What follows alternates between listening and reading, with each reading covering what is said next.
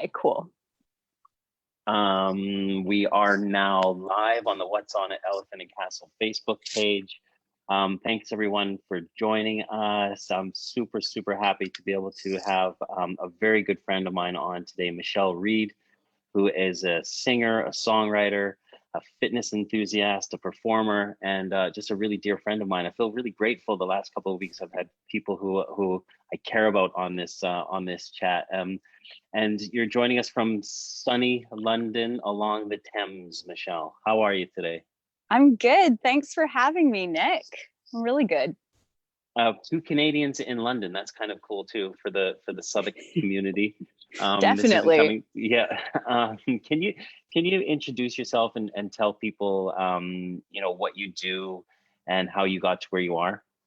Sure. My name is Michelle. I'm from Vancouver Island in Canada. Just a small island off the west coast, and I moved to London. I've been here almost 13 years. I'm actually just outside of London now, but I moved here to pursue my goals of performing on stage, having a career in performing arts, and so that's what I've been doing over here in a Can you tell, nutshell. in a nutshell, can you tell us a little bit about some of your highlights? I mean, I've actually seen you on stage live performing. Yeah, But what are some of your highlights that you've had singing and performing, songwriting and stuff over the years? So I've done some shows, some musicals, and I've toured a fair bit in the United States and in Canada and in Europe and the UK. I did my favorite my favorite musical theater show that I did was Jesus Christ Superstar.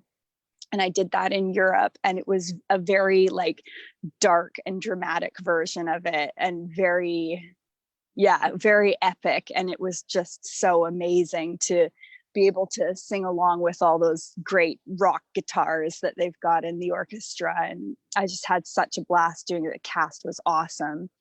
And I've also done Joseph and the Amazing Technicolor Dreamcoat. I did that in Toronto.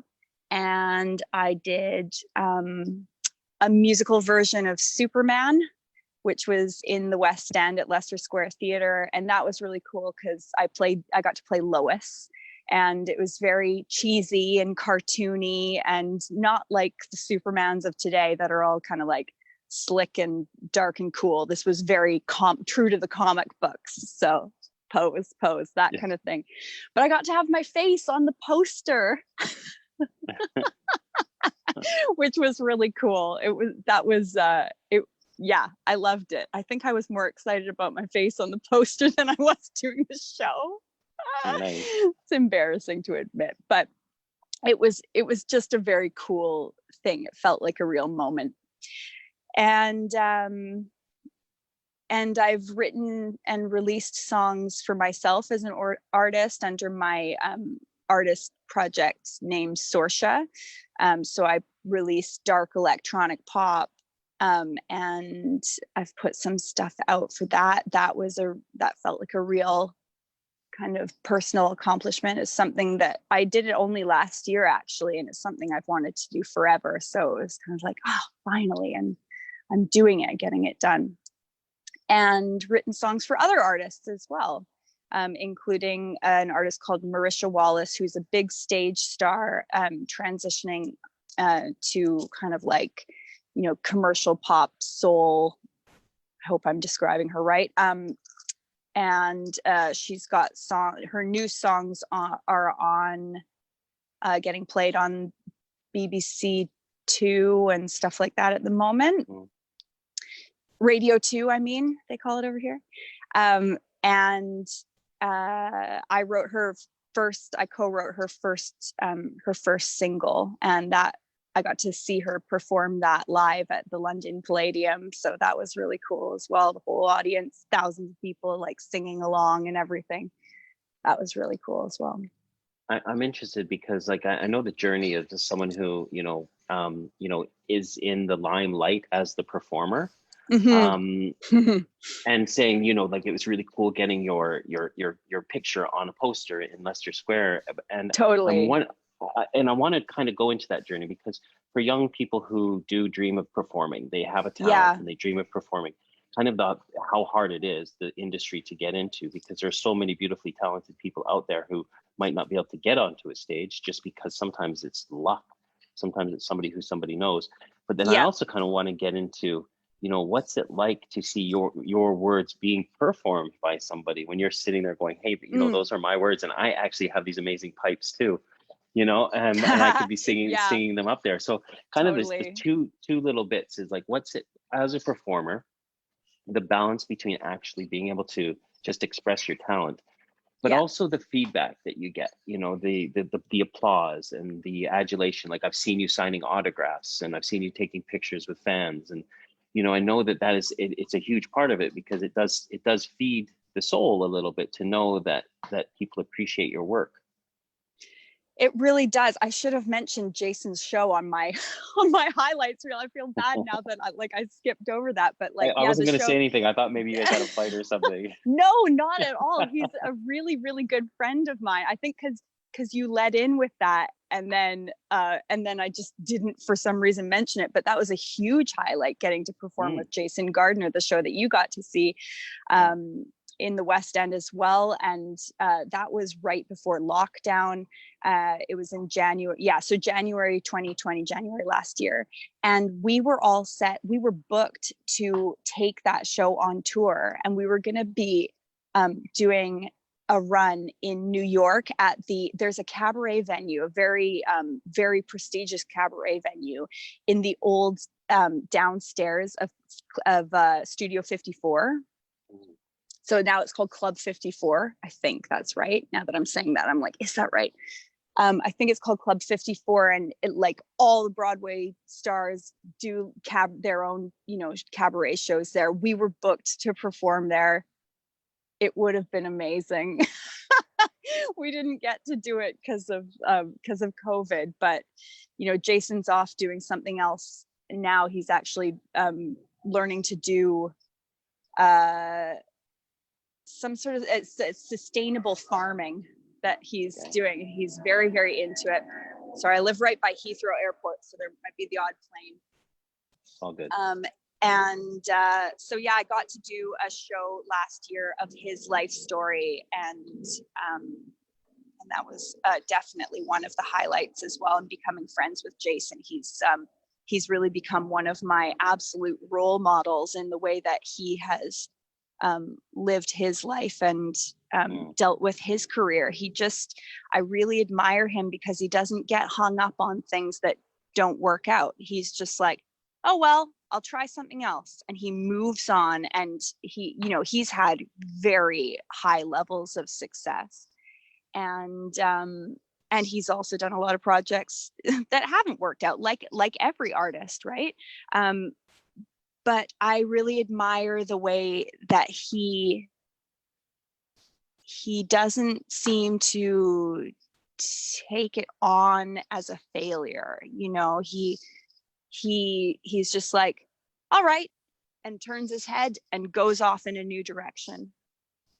So yeah, so that was cool too. Now I've gone away from your yeah. original Well, with question. regards to Sorry.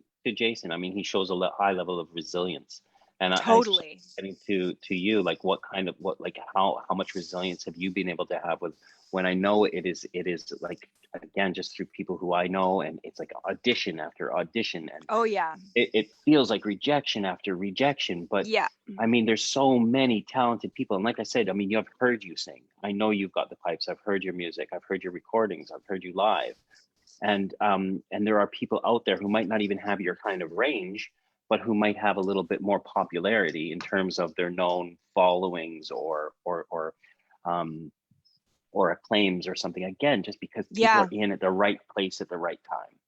Um, definitely. and how has it affected you? I mean, where you are at your stage in your life, and I don't want Yeah. to use the words rejections because I don't think it is a rejection. I think it is just not fitting a certain kind of cast, I suppose, right? Yeah, definitely. I think I did take a lot of it on as rejection, even though I was trying not to, like because you don't want to bring that into, a lot of it is down to being able to audition well, to be able to show up in the audition, and be composed enough and ready and trust yourself enough to be able to deliver what you can actually do on stage. And that's where I really, really struggled. I've had some good things happen in my career, but I also struggled a huge amount because I would just crumble in auditions. Like I'd audition really badly. And so I missed out on a lot of opportunity. Puddle, stop it. My dog's terrorizing the other dog. Stop. And I missed out on a lot of opportunity because I would just get in my own head so badly. And this is going to kind of like lead into what we're about to talk about next. But like, I've struggled because of that. I've struggled a great deal with addiction, and with alcohol. I had an eating disorder for a very long time. And those were all kind of like numbing mechanisms, like, yeah, like just ways to kind of escape the fear that, like, it was just this self-perpetuating thing where I was piling all sorts of pressure on myself to succeed, but also so fearful of failure in the future, and knowing that by going in with all this pressure that I wasn't doing what I could do. I definitely wasn't showing them what I was capable of. Puddle, stop it. Sorry. Okay. So what you saw me do on stage was probably nowhere close to what I would do in an audition room, where I would just like get so crippled by nerves that I just couldn't function, couldn't show them what I was capable of. So yeah. I understand about being crippled by fear, and it's kind of like a hyper fear, where some people can just, they have the same fears, but it just doesn't manifest itself in their bodies the same way. Yeah. Like they can kind of rationalize it a little bit and say, hey, this is my anxiety, I've got sweaty palms, and I'm just going to push through it. Yeah. But I know in my experience, I would sit and I would fester in my brain about fearing about things that weren't even in the moment. They were like things like way in the future. Totally. Or like, going into a situation, just feeling like people were staring at me and judging me for not looking a certain way.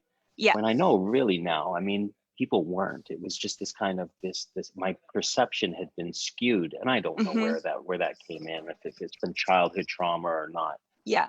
But it certainly was this thing where when I got into a place where like I was on TV, I just lived in fear, and I lived like an imposter. Like I didn't deserve any of this. Why am I on TV when other people are better than me? And 100%. And I think that was when I started to turn to alcohol use too, as a way of just being able to breathe, Yeah. And then, for certain people, I don't know, if I know for me, it just was something that just kept going and going and going and going until, eventually you're putting, alcohol in is a poison. It will deteriorate your body, and then it will stop working. And then you need to find a solution. So I totally understand where you are, where you were with that journey. But when did you start to kind of go, hey, I'm like the pressures of, especially for, female bodied people who are in an industry of having to look a certain way. Oh yeah. And I really like for people, I know from my position, I can't really talk about it because I'm not a woman, but I do see it all of the time with Instagram and with TikTok and all of the social media pressures, and younger women having to literally go like, don't eat, and I've been very close with a partner who had bulimia, and it was all these pressures that are put on people. And coming from a performing arts background, like, what's it like nowadays? Well, I mean, nowadays, uh, it's hard to say because I'm older now, obviously, and I've moved away from like performing on stage, with the exception of doing Jason's show last year. I kind of got into Jason's show through my former agent, so I got kind of pulled back into being on stage in that way. But I made a conscious decision to step away from all of that a few years ago. Um, and yeah, so it's kind of hard for me to comment on what exactly it is like. And I think it would, I mean, even if I was still in it, Well, I think it what would was be it like? hard for What me was to it like for comment. you? For What was it for like for you? me, I always, I felt that if I I mean, my eating disorder was kind of the most pervasive of like everything, like worse than my alcohol use, worse than any drug use, worse than any, you know, anything that I was abusing. Um, but there was so many things that fed into it. You know, like my mom was really sick with multiple sclerosis the whole time I was growing up. I think that was kind of like the start of my need to control things. Was, you know, like memories of being like, my earliest memories, like 3 or 4 years old, lying in bed just sobbing, crying my eyes out because I knew she was going to die, you know. And um so I think that's when something in my brain like changed, and I developed this need to try and control things. And you know, an eating disorder at its core is usually about trying to control something like some part of your life when everything else feels so out of control. um so so yeah, I don't know, it was, I feel like I'm getting kind of off topic and then forgetting No, your no, original questions. no. I think that no, not at all, Michelle, not at all. I think it's just something that again, it's hard for people to talk about their vulnerabilities. Mm, But what I do know is it comes from an authentic place, that when people can start to hear things like, you know, an eating disorder isn't necessarily about the way I want to look. It's about no, me wanting to control something because I feel it, so yes, powerless.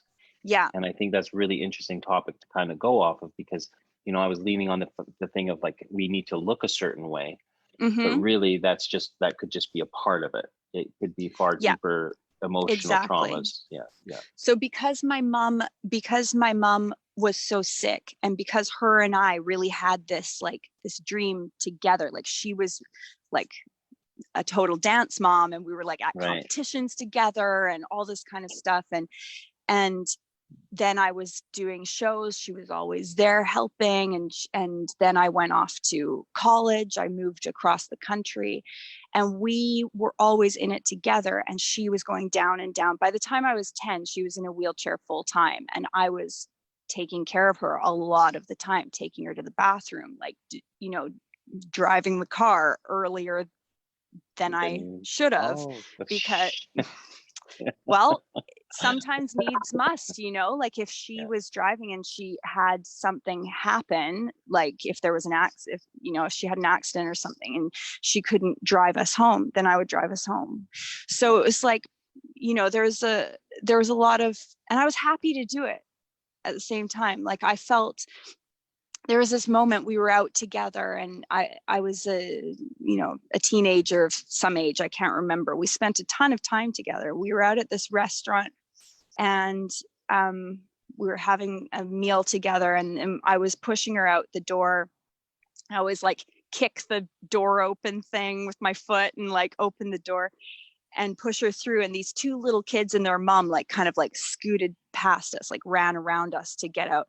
And the kids were playing, and they didn't look at us like, you know, me pushing my mom in a wheelchair trying to get out this door, you know. mm, mm, And I thought to myself, like, this is a really clear memory, and I just thought to myself, they will never know what this is like, you know, like I felt fortunate in that moment. I didn't feel like they were the lucky ones. I felt fortunate that I was, that my mom and I were experiencing this together because we had such a deep closeness because of her illness.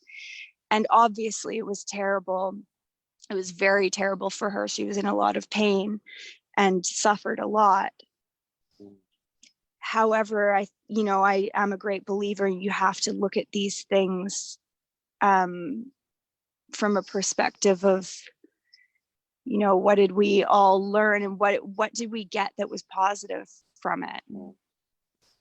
And definitely, like, my family is so over the top with the I love yous and appreciation for each other and being proud of each other, and like being very open and communicative about like how much we adore each other. And it's because of that. It's because we were brought together by this terrible thing, so. It makes me think about, like, the adversities that humans go through. And, I don't know a lot of people who haven't been through something.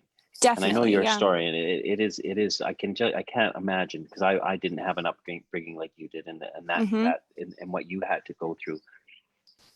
And I wonder why certain things like that can manifest themselves in what we do, and Mm-hmm. you as an artist and your songwriting particularly. Yeah. It's funny how they always say that an artist is a tortured soul in some way, Mm. and that it kind of comes out through their artwork, that the pains that they've had, and you've been through a lot. And I'm wondering what what you used to get you out of those dark moments, and how you are today, and Mm-hmm. that journey from these kind of these traumas that happened when you were young to Yeah. now, where you are today. When did you start? When did you ask? When did you say, help me? Oh, I don't know. Help me. I was just, Or help, when did you ask for help? When did you kind of go, I need to kind of look at some kind of out, I can't deal with this stuff myself? I don't know. I don't know the answer to that. I think I was always, like, from the time I was very, very young, full steam ahead, like just an absolute force charging forward with like full self-belief and this need to succeed, because my mom and I were in it together. She didn't have the ability to do the things that she loved to do anymore, so I kind of took it on myself. And so when it came to, like, how my perfectionism and stuff like that manifested in like bulimia and like escaping in alcohol and drugs and all that kind of stuff, like there definitely was some of like I need to be thin in order to be successful. Um, but yeah, I just hid it. I didn't ask for help. I I just, because that would have been a failure of mine. And I was very, very ashamed of it. And eventually, how can I say this in a concise, kind of short version way? Eventually, my drinking got to the point where I knew I had to stop. And my husband also kind of agreed that I had to stop. He kind of had a moment where he put his foot down. And so I stopped, and I got involved with Alcoholics Anonymous, and I started the process of the recovery through going through the steps, and I learned so much through that. And also just from like going to meetings and meeting other people that were just like me, so many young women and lots of creative people in those meetings. And I was just like, oh, these are not the people I pictured when I thought of like going to meetings. There's like so many young people, very like vibrant, creative, interesting people with great jobs and all this kind of stuff, and coming to meetings and talking about things that I would have been so ashamed. I would never have told anyone. And I spent so much of my life not telling anyone anything and trying to parade around as this person who was confident and cool and had it together. When really I was just like, just a total mess. And because I went, because of my time in AA and making those friends and meeting people who had the I don't know what, who would just talk about who would out themselves, I guess is what we call it, right? Like who would say, I relapsed last week, and not like lie about it and pretend they're still, like that kind of stuff, right? Or, like I thought about, like just things you think about that could be shameful. And so me witnessing people that I guess had I don't want to say bravery, because I don't know that for them it felt brave. I think they were just doing what felt right for them. But for me, it appeared to be brave. Yeah. And that made me braver and made me more able to talk about what was really going on for me, and knowing that I wouldn't be judged for it and it was okay. And so you lose the shame. I lost a lot of shame of the things that I was like, oh my God, I've done all these things and all these things have happened. And I could never tell anybody. All of a sudden, there were things that I was starting to talk about. And once I started talking about them, the shame disappeared. And I realized I definitely wasn't alone. That's for sure. And I didn't have to be this, picture of what I thought I needed to be in order to be successful. I could just, it would be a lot happier life if I could just ditch the shame and get rid of that. And so that led me to my recovery from my eating disorder, which is still very much a work in progress. I did have a relapse about a month ago. A one-time thing, and I outed myself right away to my husband, because I knew that if I kept it secret, it would just make things worse. And so it's been nearly 2 years, with the exception of that one day. But like I'm 37 years old, so I was active in my eating disorder for about 21 years, and nobody knew. Which like that's such a shame. Like I should have reached out for help. The way it happened is the way it was, I believe it was supposed to happen for me. But yeah, I would definitely say, if to anybody who's listening that's going through something like that, if there is something that you're carrying a lot of shame about, like just really try to find it in yourself to talk to people about it, whether you find a recovery group or a therapist, or whatever outlet that may be. Just saying these things out loud takes the weight away from them, and they become not such a big deal anymore. Yeah, you've nailed it. Thank you so much for telling your truth here. I know this is a thing that you talk about, is vulnerability and truth. Yeah. And I if anyone is listening to this that is kind of like, I'm not saying triggered, but made aware of by this conversation, then that there are spaces for people to go to talk. And I think that what you mentioned is these spaces where people can talk to, where they're not judged. Yeah. And that's the thing that I would like to really convey, is that there are spaces like that are available for people, and they're magical, because there's a wonderful speaker and author named Brené Brown, and she talks about vulnerability being one of the greatest gifts, and the biggest act of courage that we can have, is that just expressing, I'm not, I'm not okay today, and then all of a sudden it can kind of bring further truths out, because I Yeah. really do believe we're on this journey to find truth, you know, and truth and humility, and just being able to be in environments where we don't have to put on a facade, you know, of Yeah. here's my suit, here's the watch, here's my shiny shoes, here's my car. All of these things that you can have when inside you're still this scared 8-year-old boy, or a Yeah. scared, you know, 10-year-old girl who's pushing her mom around in a wheelchair. You know, these Mm-hmm. are the things that, you know, there are these spaces available for people, but also the awareness. And I want to kind of get into this because I know you had another kind of level of an awakening through Yeah, Mental Health Awareness Week. Can you explain about definitely. what happened there? Yeah. So, um, kind of around the time, this is like a month or two ago when I mentioned I had this eating disorder relapse, and I was probably at my lowest point. Like I would say I hit rock bottom, you know, Mm, and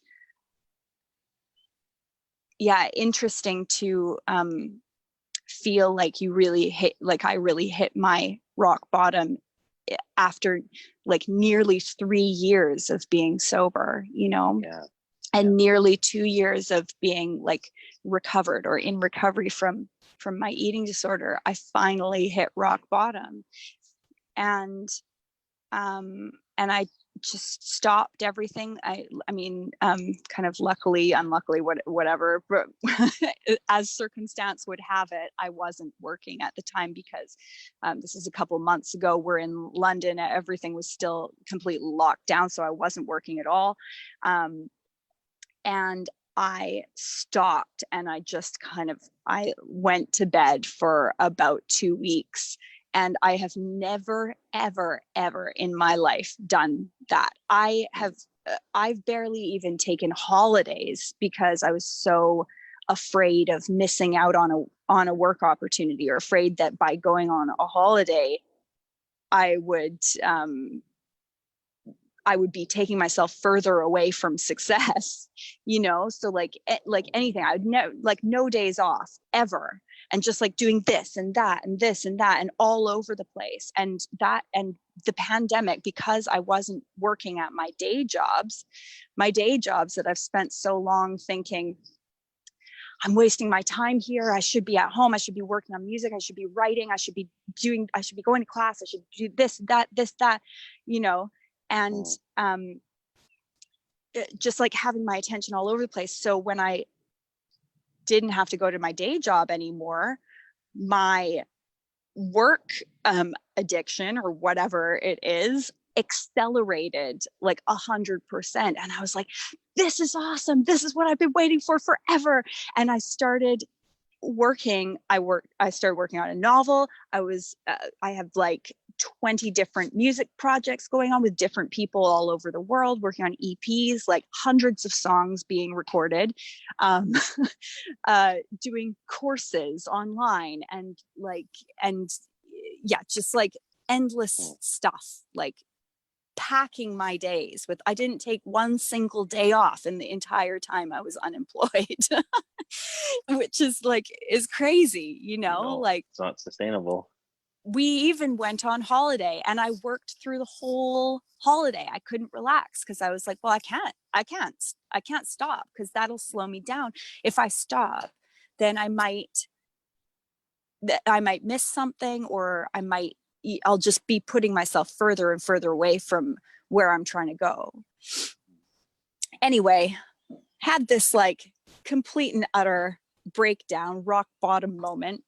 And I was lying in bed, and it happened to be um, Mental Health Awareness Week on social media. And I was trying not to use my phone too much, because that's kind of like rule number one in like recovering your mental health, right? But I happened to be scrolling through Instagram, and I, oh, I forgot to mention this part. I also had, like, at the beginning of this week, like when I had this like super dark rock bottom time, because my mental health had been going down and down and down, and this was like the worst. And my husband, who's like, oh my god, the most supportive, understanding, he gets it, you know, like, and I could not ask for a better person to be going through this with, because he is just non-judgmental, 100% gets it. And he was like, I think it's time for you to go on antidepressants, which I was afraid of doing because everyone I know that has been on them has told them how awful you feel, and you feel all fuzzy, you can't use your brain. If you can't use your brain, I definitely can't write and make music and like do all these things that like I have to do, so I'm like, well, I can't go on those things because they're gonna, fear of failure again, right, coming up. But it got to the point where I acquiesced. I called my doctor, got on the antidepressants, went to pick them up, and they came with this pamphlet and listed all these things that this particular medicine treats. And it's like anxiety, depression, panic attacks, yeah. And then it mentioned bulimia, and I was like, huh, okay, didn't expect to see that on, as something that could be treated with a pill. Not that it gets treated with a pill, but you know what I mean, something that could be assisted by this medication. And then it also mentioned a couple other things, and it mentioned OCD. And when I saw OCD, I also had a moment of, huh. And I didn't really think much of it because I don't know anything about OCD except what you see on film and TV, like people flicking light switches and hand washing and locking the doors 9 times and stuff like that gets portrayed. Anyway, lying in bed looking through Instagram on Mental Health Awareness Week, I paused when I saw a post from a woman who I don't know. It's just one of these things that popped up. I don't know her. She just popped up on my feed, and she was talking about OCD. And so because it had been in the pamphlet, I stopped and read her post, and she was saying how OCD isn't what people think. It's not this like joke, like, oh, I'm so OCD because I like things to be ordered a certain way, or because I wash my hands a little bit too much. Like, that type of manifestation of OCD is actually very, very rare. And it's something like just over 1% of people who have OCD have it manifest in the way that is portrayed in the media. So, similar to like Tourette syndrome, like some very, very low percentage of people that have Tourette syndrome have it manifest in the way that we see portrayed in film and TV, where people are shouting out profanities and stuff. That's not the average person. And it's the same with OCD. And so she went on to describe her symptoms of like having intrusive thoughts. And this is one of the most common types. They call them themes of OCD. And there's a bunch of different themes. The cleanliness kind of germaphobe thing, that's only one theme. There's all these other ones. And I read through this post and I was like, oh my God, that's me.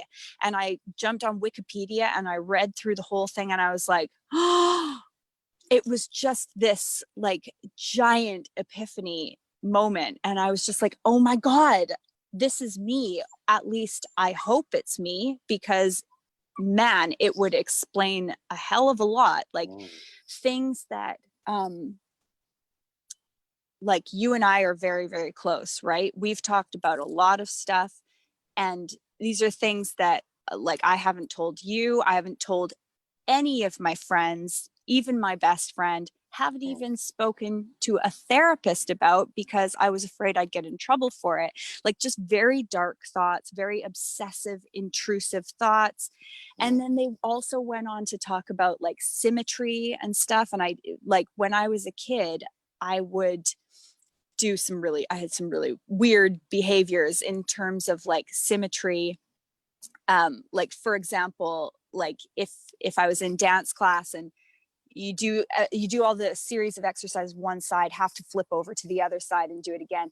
If a stretch or something was held for 4 extra counts on one side than the other side, then I would notice, and I would have to sneakily make up for it with Yeah. like 4 extra counts. But it was to the point where like I wasn't so young that I knew it was weird.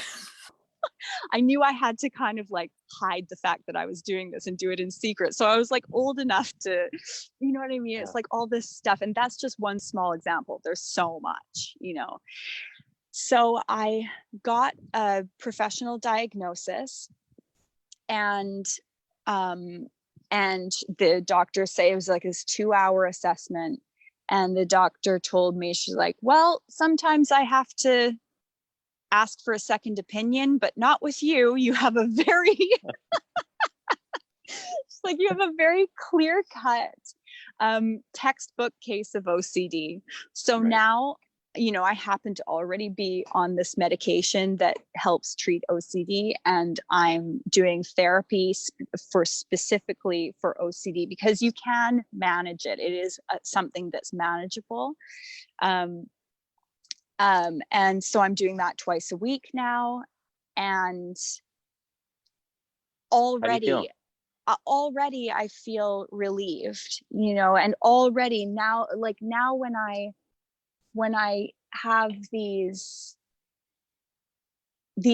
intrusive thoughts or some sort of behavior that I know, you know, I've always known or always suspected it wasn't normal. Like and I always thought like, what is my problem? Like, what is wrong with me? Like, I just felt insane.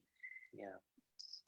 And so now I can recognize these things. I'm like, oh, it's okay. I'm not crazy. I just like something, you know, probably when I was lying in bed crying about my mom dying when I was 3 years old, something got wired funny in my brain. And now I have this thing, and this is all it is. I'm not this horrible, evil person. No, you're definitely not. But I always believed that I was. Yeah. No, your story is well, I'm so grateful that you shared what you could share of it here, because I'm just, you know, if anybody has resonated with any of this stuff, Yeah. then we are going to leave some details and an email address for anybody to kind of to reach out to us and to have a chat more about this, because vulnerability, safe spaces, being able to speak your truth, and then people who can give you, you know, professional diagnoses. Because again, I know for me in my journey, it was always something, I was always in this thing of I can sort it all out myself. Yeah. And it's in having that attitude that almost killed me. And it was only when I actually went, you know, I reached out to professionals and to other people who've been through what I've been through, that things started to change. Yeah. And you know, I can hear it in you now. Like, you definitely are in a light. You've got the sunshine around you. You've got your, you know, your beautiful house on the Thames, and your dog and your husband around, your dogs and your husband around you. What's coming out of lockdown and now like June 21st is a thing where hopefully we'll all go back to normal. But what's the next few months and the year look like for you, Michelle? What are you looking on? What are you working on? What are you looking forward to? Well, I am as part of my my therapy that I'm in right now, I'm trying to sit in not knowing, which is the worst. It's very uncomfortable. But it's freedom, right? Yeah. Knowing that we don't know. Doesn't feel like freedom right now. I mean, it feels like absolute torture. But I mean, my session that I had with my therapist yesterday, she's like, we don't know. We don't know what's going to happen. And people with OCD live their entire life in the past and future and are never in the present. So it's kind of my job right now to just be in the present moment. I've told you this Chinese farmer story, right? Yes, but I can't remember what it is right now. What's the Chinese farmer story? I'll tell it quickly. We've got 1 minute. Yeah. But there's a Chinese farmer, and he operates a tithe, you know, where there's the Lord, and there's about 13 other families around him, and he's got the smallest, and he's the poorest farmer in the land. He's only got 1 horse, and everyone's like, oh, you know, farmer, it's so bad. You know, you're the poorest farmer on the land, on all the land. And you must feel so sad. And the farmer was like, I don't know if it's good. I don't know if it's. I just don't know. And one day the horse runs away, and everyone comes down and goes, "Oh my God, your only horse has run away. That's so bad." And the farmer goes, "I don't know. I don't know if it's good or I don't know if it's bad. I just don't know." And then the next day, over the hill, his horse comes running back with 13 other wild horses that have followed it and brought him Mm-hmm. back. And now he's the richest farmer on the land. And Mm-hmm. everyone runs down and says, "Farmer, you're the richest farmer here. You must feel so grateful and happy. It's so good." And the farmer goes, I don't know. I just don't know. I don't know if it's good. I don't know if it's bad." And then the next day, his son is breaking one of the wild horses and falls off, and he breaks his leg, and he becomes crippled. And everyone runs down and says to the farmer, "Oh, that's so bad that your son has broken his leg." He goes, Mm-hmm. I don't know. I just don't know." And then the next day, the Chinese army comes over the hill and they conscript all the healthy young men in the village to go and fight the invading marauders that are coming in. And they can't take his son because his son has broken his leg. So the story is, we just don't know. Things are going to Yeah. happen in our lives, and we just don't know what lessons they are here to teach us. Because I do Mm-hmm. know that I've gained experiences through all of my turbulent times where I've been able to turn those experiences into being able to help others. And I know that that's the journey that you're on, Michelle. And Mm-hmm. I'm so grateful that you're in my life. I'm so grateful that you could come here and share your story. I am going to put uh, an email address in for anybody to be able to reach out to Retribe and to get in touch with Michelle. If anything that we've talked about today has brought about feelings, because it's been a big one, then to reach out and to get in touch with us. And Michelle, how can people get in touch with you? Maybe your Instagram and stuff. Do you want to send them to me, Sure. and then we'll put them in the post? I've actually tagged you Yep. in it, so maybe tag some of your music and stuff in the Facebook page. And thanks for joining Sure. us. Thank you so much for having me. This has been, I mean, I love talking about this stuff. I feel very compelled to share. I think it's really, really important. It's part of my recovery, and it's part of me helping, get rid of this shame and that I carry, and kind of lessening the stigma for everyone else. And I hope my vulnerability has helped somebody today. It's helped me, so thank you. Thanks, Nick. And thanks everybody for joining us at the What's On at Elephant and Castle Facebook page. Other Michelle is going to be having a workshop here Thursday at 11 a.m. Hope to see you then. Thanks again, Michelle Reid, and thanks Thank you. everybody. We'll see you later. Bye-bye. Thanks.